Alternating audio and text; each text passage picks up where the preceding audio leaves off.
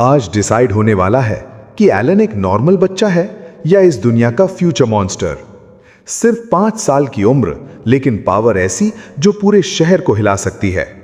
अप्रैल ceremony में आज reveal होगा उसका असली टैलेंट, और अगर उसे मिल गई वो क्लास तो सिर्फ उसकी फैमिली नहीं, पूरी दुनिया का बैलेंस चेंज हो सकता है।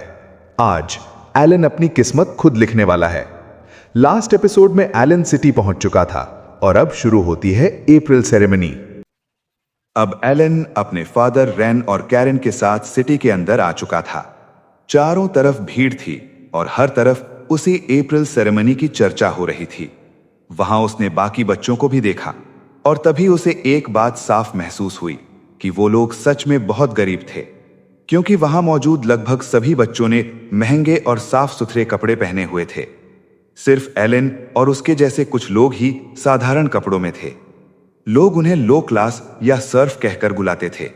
उनकी नजरों में ये बच्चे किसी काम के नहीं थे। फिर भी एलन और उसके साथ वाले आगे बढ़ते रहे। उन्हें चर्च तक पहुंचना था, क्योंकि वहीं अप्रैल सेरेमनी होने वाली थी। रास्ते में कई अमीर लोग उन्हें घूर घूर कर देख रहे थे, जैसे उन्हें पसंद ही नहीं था कि लो क्लास के बच्चे भी उसी सेरेमनी में हिस्सा लें। लेकिन एलन शांत था। वो बस आगे बढ़ता गया। आखिरकार वे सब चर्च के सामने पहुंच ही जाते हैं। तभी चर्च के कुछ लोग बाहर आते हैं। वे मुस्कुराते हुए सबका स्वागत करते हैं और फिर ऊंची आवाज में कहते हैं, आज हम गॉड ऑफ क्रिएशन एलेमिया की कृपा से आपके बच्चों के टैलेंट का पता लगाएंगे। ये सुनते ही वहां मौजूद लोग उत्साह से भर जाते हैं। एलन पहले ही एलेमिया के बारे में जान चुका था। एलेमिया असल में कोई और नहीं बल्कि उसी गेम का डेवलपर था जिसने इस पूरी दुनिया को डिजाइन किया था। लेकिन यहाँ के लोग उसे भगवान की तरह पूजते थे।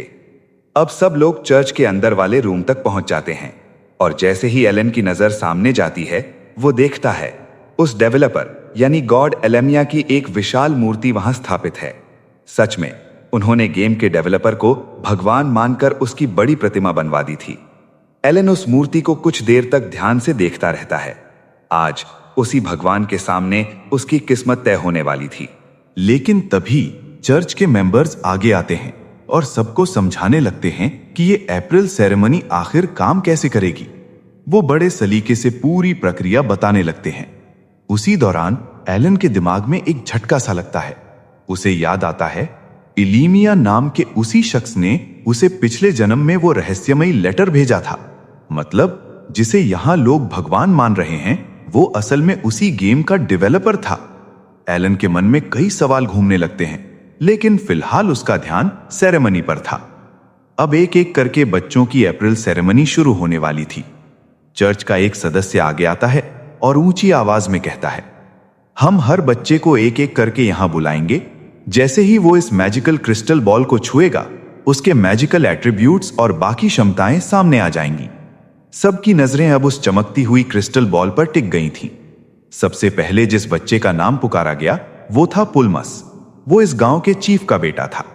पुलमस धीरे धीरे आगे बढ़ता है। उसके चेहरे पर साफ डर दिखाई दे रहा था, लेकिन हिम्मत जुटाकर वो अपना हाथ क्रिस्टल बॉल पर रख देता है। अचानक क्रिस्टल बॉल तेज रोशनी से चमकने लगती है। कुछ पल बाद चर्च का सदस्य उसके पिता से कहता है, आपके बेटे में मर्चेंट बनने का टैलेंट है। ये सुनते ही पुलमस के पिता खुशी से भर उठते हैं, क्योंकि इस दुनिया में किसी बच्चे के पास टैलेंट होना बहुत ही दुर्लभ बात थी। क्रिस्टल को छूते ही उस बच्चे के स्टैट्स वहां मौजूद बाकी लोगों को भी दिखाई देने लगे थे। भीड़ में हलचल सी मच गई। लेकिन अगर हम एलन को देखें तो वो तो पूरी मस्ती के मूड में था। उसे अपनी क्लास और अपने टैलेंट के बारे में पहले से पता था, समनर मैजिक, इसलिए वो बिल्कुल चिल था। वो आराम से अपना ग्रिमोर निकालता है और उसमें सारी जानकारी नोट करने लगता है। और मजे की बात यह थी, बाकी किसी को भी उसका ग्रिमोर दिखाई नहीं देता। सबके लिए वो बस एक साधारण बच्चा था।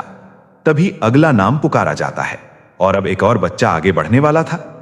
वो बच्चा आगे आता है और दोबारा क्रिस्टल बॉल को छूता है ताकि उसे भी अपने टैलेंट के बारे में पता चल सके। लेकिन इस बार कुछ भी नहीं होता। क्रिस्टल बॉल बिल्कुल भी ग्लो नहीं करती। मतलब साफ था, उस बच्चे के पास कोई टैलेंट नहीं था। उसकी आंखों में आंसू आ जाते हैं और वो धीरे धीरे रोते हुए अपने पिता के पास वापस चला जाता है। उसके पिता उसे दिलासा देते हैं, कोई बात नहीं, तुमने कोशिश तो की। भीड़ का माहौल थोड़ा शांत हो जाता है। अब अगली बारी आती है डोरा की। डोरा आगे बढ़ता है, हल्का सा नर्वस लेकिन आत्मविश्वास के साथ। वो अपना हाथ मैजिकल क्रिस्टल पर रख देता है। अचानक से उसके स्टैट्स भी सबके सामने दिखने लगते हैं और पता चलता है उसके पास एक्समैन का टैलेंट है, यानी वो कुल्हाड़ी चलाने में असाधारण प्रतिभा रखता है। ये पहली बार था जब किसी बच्चे के मैजिकल एट्रीब्यूट और स्टैट्स ए रैंक पर दिखाई दिए। ये देखते ही पूरे चर्च में हलचल मच जाती है। लोग हैरान भी थे और उत्साहित भी। डोरा के पिता गर्व से मुस्कुरा रहे थे। उनके चेहरे पर साफ दिखाई दे रहा था कि वो अपने बेटे पर कितना फख्र महसूस कर रहे हैं। धीरे धीरे बाकी बच्चों की भी बारी आती जाती है। किसी को छोटा टैलेंट मिलता है, किसी को कुछ भी नहीं मिलता। कुछ बच्चे खुश थे, कुछ निराश, लेकिन सबके साथ किस्मत एक जैसी नहीं थी। और तभी अब कैरेन का नाम पुकारा जाता है। कैरेन लगभग दौड़ते हुए आगे आती है। वो बिना हिचकिचाहट के अपना हाथ मैजिकल क्रिस्टल पर रख देती है। अचानक क्रिस्टल बॉल पहले से कहीं ज्यादा तेज चमकने लगती है। इतनी तेज रोशनी कि कुछ पल के लिए सबकी आंखें चौंधिया जाती हैं। किसी को समझ नहीं आता कि आखिर हो क्या रहा है। जेरेड की तो धड़कन ही तेज हो जाती है। उसे अपनी बेटी की चिंता होने लगती है। वो एक कदम आगे बढ़ता है, लेकिन उसी समय चर्च के सदस्य कैरेन की स्टैट विंडो देखकर स्तब्ध रह जाते हैं। कुछ पल बाद सच्चाई सामने आती है। कैरेन के पास कोई साधारण टैलेंट नहीं था, बल्कि उसे मिला था इस दुनिया का सबसे दुर्लभ टैलेंट, स्वॉर्ड लॉर्ड। उसके स्टैट्स बाकी सभी बच्चों से कई गुना ऊंचे थे। पूरा चर्च सन्न रह जाता है। लोग एक दूसरे की तरफ देखने लगते हैं। उन्हें समझ ही नहीं आ रहा था कि इतने गरीब परिवार की बेटी इतनी ऊंची क्लास कैसे हासिल कर सकती है। माहौल अब पूरी तरह बदल चुका था। और सच बताऊं तो एलन भी कैरेन के लिए दिल से खुश था। उसे पता था उसकी दोस्त सच में टैलेंटेड है। लेकिन अब आखिरकार उसकी खुद की बारी आ चुकी थी। वो धीरे धीरे आगे बढ़ता है और अपने हाथ से क्रिस्टल बॉल को छूता है। कुछ सेकंड बीत जाते हैं, लेकिन कुछ भी नहीं होता। पूरी बॉल बिल्कुल शांत रहती है। एलन थोड़ा कंफ्यूज हो जाता है। वो एक बार फिर कोशिश करता है और तभी क्रिस्टल बॉल अचानक बहुत तेज रोशनी से चमक उठती है। रोशनी इतनी तेज थी कि एलन खुद पीछे की ओर गिर जाता है। रन तुरंत भागते हुए उसकी तरफ आता है। भीड़ में हलचल मच जाती है, लेकिन तभी चर्च के लोग रन से कहते हैं, आपके बेटे के पास कोई टैलेंट नहीं है। ये सुनकर रन भी कुछ पल के लिए चुप हो जाता है और एलन, वो खुद भी पूरी तरह शॉक था। वो अपने स्टैट्स को देखने की कोशिश करता है, लेकिन जो दिखता है वो और भी अजीब था। उसके सभी एट्रीब्यूट्स ई रैंक में गिर चुके थे, जैसे उसके सिस्टम में कोई गड़बड़ी हो गई हो, मानो उसके स्टैट्स में कोई ग्लिच आ गया हो। एलन मन ही मन बड़बड़ाने लगता है, ये कैसी गेम है, जरूर इसमें कोई बग है। उसे यकीन नहीं हो रहा था कि ऐसा कैसे हो सकता है। तभी रन उसके पास आता है और उसे थोड़ा दिलासा देता है, लेकिन एलन के दिमाग में सवाल ही सवाल थे। आखिर उसके साथ हुआ क्या? वो चुपचाप घर लौट जाता है। घर पहुंचकर फैमिली वाले भी उसे समझाने की कोशिश करते हैं, लेकिन रात में हम फिर से एलन को उसके कमरे में देखते हैं। वो अपना ग्रिमोर खोलकर बैठा था, अपने स्टैट्स के बारे में सोचता हुआ। उसे समझ नहीं आ रहा था कि आखिर ये गड़बड़ कहां हुई।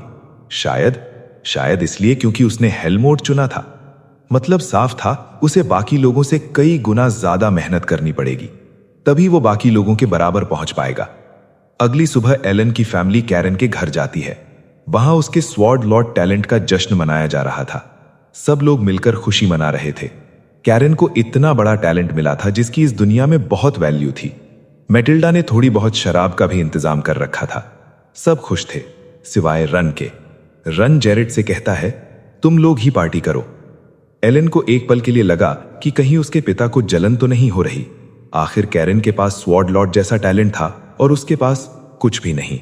लेकिन एलन अपने पिता को अच्छे से जानता था। उसे महसूस हुआ कि बात कुछ और है। आगे हम देखते हैं जेरेड और रन आपस में बहस करने लगते हैं। बात इतनी बढ़ जाती है कि दोनों हाथापाई तक पहुंच जाते हैं। ये देखकर वहां मौजूद सभी लोग दंग रह जाते हैं। लेकिन तभी उनकी वाइफ वहां पर आ धमकती है और आते ही सबको दो चार सुनाकर और हल्की फुल्की धुनाई करके पूरा माहौल शांत कर देती है। बाद में वो एलन और कैरेन को समझाती है कि ये सब लोग बचपन से साथ रहे हैं। इन्होंने मिलकर ही इस गांव को खोजा था, साथ में सपने देखे थे और अपने अपने घर भी मिलकर खड़े किए थे। मतलब दोस्ती बहुत पुरानी है। तभी हम डॉन को देखते हैं। वो जेरेड के पास आकर बोलना शुरू करता है, तुम्हारी बेटी कैरेन, उसके अंदर जबरदस्त टैलेंट है। ऐसा टैलेंट जिसकी वजह से वो आगे चलकर नाइट बन सकती है, यहां तक कि किसी दिन नोबल का दर्जा भी पा सकती है। इसलिए बेहतर होगा कि तुम अपनी फैमिली को हम जैसे आम लोगों जो सिर्फ सर्वेंट्स की तरह जी रहे हैं उनके साथ समय बर्बाद करने से रोको। ये सुनते ही जेरेड भड़क जाता है। क्या तुम अपना दिमाग खो बैठे हो? हम सब साथ काम करते आए हैं। माहौल फिर से गरमाने ही वाला था कि तभी एक आदमी हांफता हुआ दौड़ते दौड़ते जेरेड के पास पहुंचता है और घबराई आवाज में कहता है, जेरेड, आपकी बेटी को नाइट्स बुला रही हैं। अब चाहे मन हो या ना हो उन्हें शहर की तरफ जाना ही पड़ेगा। जेरेड और रडन तुरंत सिटी की ओर निकल पड़ते हैं। उधर एलिन के पास डोरा भी पहुंच चुका था। वो उससे पूछता है, तू यहां क्या कर रहा है आखिर? लेकिन एलिन के मुंह से शब्द ही नहीं निकलते। तभी कैरन डोरा पर कुछ ज्यादा ही नाराज नजर आती है और इसी बीच किंगडम के नाइट्स शहर की तरफ बढ़ना शुरू कर देते हैं। उनके आने की खबर से पूरा इलाका सन्न रह जाता है और उनके साथ नाइट्स का कैप्टन जेनॉफ भी वहां पहुंच चुका था। जेनॉफ आगे बढ़कर जेरेड और विलेज चीफ से कहता है, सुना है इस इलाके में कोई स्वॉर्ड लॉर्ड पैदा हुआ है।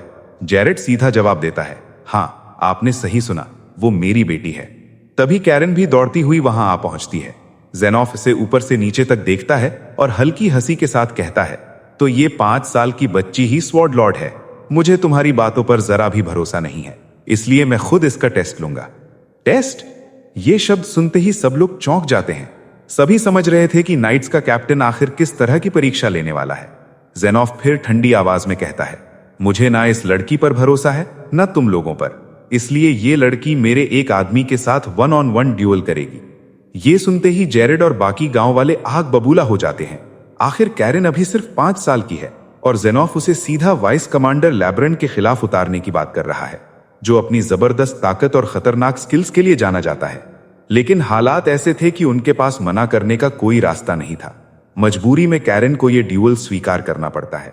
वाइस कमांडर लैब्रेंट आगे बढ़ता है और दूसरी तरफ से कैरन भी कदम बढ़ाती है। दोनों आमने सामने खड़े होते हैं और ड्यूल शुरू हो जाता है। शुरुआत में तो लैब्रेंट को कोई खास परेशानी नहीं होती, लेकिन फिर हम देखते हैं कि कैरन एक के बाद एक तेज वार करना शुरू कर देती है, जैसे वो सच में अपने टैलेंट को साबित करना चाहती हो। तभी अचानक लैब्रेंट चालाकी दिखाता है। वो नियम तोड़ते हुए कैरन को जोरदार लात मारकर पीछे फेंक देता है। ये देखकर जेरेड और एलिन का खून खौल उठता है, लेकिन बाकी नाइट्स उन्हें पकड़कर रोक लेते हैं और अब कैमरा फिर से कैरन की तरफ जाता है। अचानक उसके शरीर से एक हरा सा ऑरा बाहर निकलने लगता है। वो कोई आम चमक नहीं थी, वो उसकी एक्स्ट्रा स्किल के अवेकन होने का संकेत था। जेनॉफ ये भीखते ही समझ जाता है, इस लड़की ने अभी अभी अपनी हिडन पावर जगा दी है।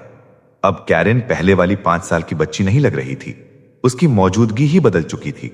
वो बिना रुके वाइस कमांडर लैब्रेंट पर लगातार वार करने लगती है, एक के बाद एक तेज, सटीक और दमदार अटैक। लैब्रेंट अब साफ तौर पर दबाव में आ चुका था। उसे उसके वार झेलना मुश्किल पड़ रहा था। आखिरी पल में कैरन अपनी पूरी ताकत से वार करती है और वाइस कमांडर की तलवार सीधा टूट जाती है। जेनॉफ ऊंची आवाज में कहता है, यह मैच यहीं खत्म होता है। पूरा माहौल बदल जाता है। गांव वाले खुशी से भर उठते हैं। कैरन ने न सिर्फ खुद को साबित किया था, बल्कि सबकी सोच भी बदल दी थी। जेनॉफ अब सीधे जेरेड के पास जाता है। वो गंभीर आवाज में कहता है, मुझे माफ करना, मैंने तुम्हारी बेटी पर शक किया। फिर वो आगे जोड़ता है, लेकिन उसके भविष्य को लेकर मुझे तुमसे कुछ जरूरी बात करनी है। अगर भरोसा ना हो तो अपने दोस्तों को भी साथ ले आना। शाम होते होते सब लोग विलेज चीफ के घर इकट्ठा होते हैं। वहां जेनॉफ खुद का परिचय देता है। वो बताता है कि उसे उसके मास्टर ने यहां भेजा था, सिर्फ इस बात की पुष्टि करने के लिए कि क्या सच में यहां कोई स्वॉर्ड लॉर्ड जन्मा है, और अब उसे अपने सवाल का जवाब मिल चुका था। जेनॉफ विलेज चीफ से कहता है, तुम्हारे गांव में स्वॉर्ड लॉर्ड पैदा हुई है, इसलिए मैं चाहता हूं कि तुम अपने गांव का नाम बदलकर कैरन विलेज रख दो। यह सुनते ही जेरेड और बाकी लोग हैरान रह जाते हैं। जेनॉफ आगे समझाता है, 3 साल पहले भी एक बच्चा था जिसके पास यही टैलेंट होने का दावा किया गया था। उसे रॉयल फैमिली की देखरेख में रखा गया, लेकिन बाद में पता चला वो असली स्वॉर्ड लॉर्ड नहीं, सिर्फ एक साधारण स्वॉर्ड्समैन था। उस घटना के बाद नाइट्स ने फैसला किया, अब से जो भी खुद को स्वॉर्ड लॉर्ड साबित करेगा उसे उनका अपना टेस्ट पास करना होगा। फिर जेनॉफ जेरेड से कहता है, जब कैरन 12 साल की हो जाएगी उसे मैजिकल एकेडमी भेजा जाएगा। वहां से ट्रेनिंग के बाद वो रॉयल फैमिली के साथ काम कर सकती है। इतने में डोरा बोल पड़ता है, क्या हम लोग भी मैजिकल एकेडमी जा सकते हैं? कैरन तुरंत जवाब देती है, हाँ, हम सब जाएंगे, एलन भी हमारे साथ आएगा, है ना? तभी कोई कहता है, लेकिन वो तो टैलेंटलेस है। एलन ये सुनकर अंदर ही अंदर सोचता है, ये लड़की आखिर इतना भरोसा क्यों कर रही है मुझ पर? उसे समझ ही नहीं आता कि कैरन इतनी निश्चिंत होकर ये बात कैसे कह सकती है।